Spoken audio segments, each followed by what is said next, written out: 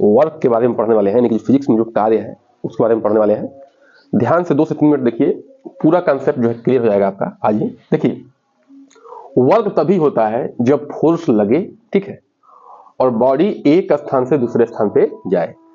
अगर बॉडी में मूवमेंट नहीं हो रहा है, एक स्थान से दूसरे स्थान पे नहीं जा रही है, तो फिजिक्स की भाषा में कार्य नहीं हो रहा है। जैसे कोई आदमी जो है अगर दीवार पे कितना भी जोर लगाए और दीवार आगे न बढ़े, तो समझिए कि उसने जोर तो खूब लगाया है, लेकिन एस डिस्प्लेसमेंट जीरो हो गया, ठीक है, डिस्प्लेसमेंट जीरो हो गया, तो क्या हो गया, टोटल कार्य क्या हो गया, जीरो हो गया। यानी कि डिस्प्लेसमेंट नहीं होगा तो कार्य नहीं होगा। अच्छा, डिस्प्लेसमेंट कैसा होना चाहिए, जो फोर्स लग रहा है उसके डायरेक्शन में होना चाहिए। फोर्स ये लग रहा है इसके डायरेक्शन में नहीं, फोर्स के कंपोनेंट यहां बन रहा है इसके डायरेक्शन में। अगर फोर्स सीधा लगता तो अच्छा वही बात हो जाती, ठीक है, उसी डायरेक्शन में लग रहा है, लेकिन अगर फोर्स एंगल पे लग रहा है तो उसके कंपोनेंट में, जिधर डिस्प्लेसमेंट हो रहा है उधर फोर्स का कंपोनेंट लगेगा, ठीक है, उसके बाद जो उसका मल्टीप्लीकेशन होगा उसका जो है प्रोडक्ट क्या होगा, वर्क के बराबर होगा, ठीक है।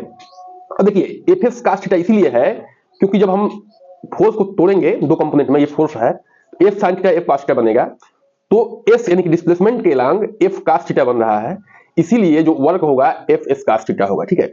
अच्छा, इधर तो अपने आप जीरो हो जाएगा, क्यों, क्योंकि एफ साइन थीटा के कंपोनेंट में उधर तो बॉडी ऊपर की तरफ तो जा नहीं रही है, तो अपने आप एस एस जीरो है तो अपने आप इधर वर्क जीरो हो जाएगा, लेकिन इधर वर्क कुछ ना कुछ हमें मिलेगा क्योंकि बॉडी भी डिस्प्लेस कर रही है और एफ कास्ट थीटा फोर्स का जो है कंपोनेंट भी है, ठीक है। ये चीज हम समझ चुके हैं कि बॉडी जो है जिधर मूव करेगी उसमें उसका डिस्प्लेसमेंट और उधर फोर्स का कंपोनेंट क्या है, उसका प्रोडक्ट वर्क होगा, ठीक है। अगर थीटा जीरो होता है तो कास्ट थीटा क्या हो जाएगा, 1 हो जाएगा। कास्ट थीटा 1 होगा तो फोर्स कितना बचेगा, एफ एस बचेगा, यानी कि फोर्स इनटू डिस्प्लेसमेंट, ठीक है। यानी कि अगर फोर्स सीधे लगता, यहाँ पे फोर्स सीधे लगता तो थीटा जीरो हो जाता, ठीक है, और एफ एस वर्क मिलता। अगर फोर्स ऊपर की तरफ लगता, ठीक है, तो देखिए कास्ट थीटा 90 हो गया। 90 का मतलब क्या होता है, कास्ट 90 का मतलब क्या होता है, समान जीरो, तो जीरो हो जाएगा, कास्ट जीरो हो जाएगा तो पूरा प्रोडक्ट जीरो हो जाएगा, वर्क भी क्या हो जाएगा, जीरो हो जाएगा। अगर फोर्स ऊपर की तरफ लगता, बॉडी इधर फ्लो करती, हालांकि इससे संभव नहीं है, तो क्या होता है, वर्क जीरो हो जाता है, ठीक है। अब देखिए हमने ये देखा कि जैसे जैसे थीटा बढ़ रहा है कास्ट थीटा का मान क्या हो रहा है, घट रहा है, ठीक है। जैसे जैसे थीटा इधर की तरफ जा रहा है, टोटल कास्ट थीटा का मान क्या हो रहा है, घट रहा है, और वर्क का मान भी घट रहा है। तभी तो फोर्स जब थीटा 0 डिग्री था तो वर्क सबसे अधिक था, और जैसे 90 की तरफ जाने लगा वर्क क्या हो गया, जीरो होने लगा, ठीक है।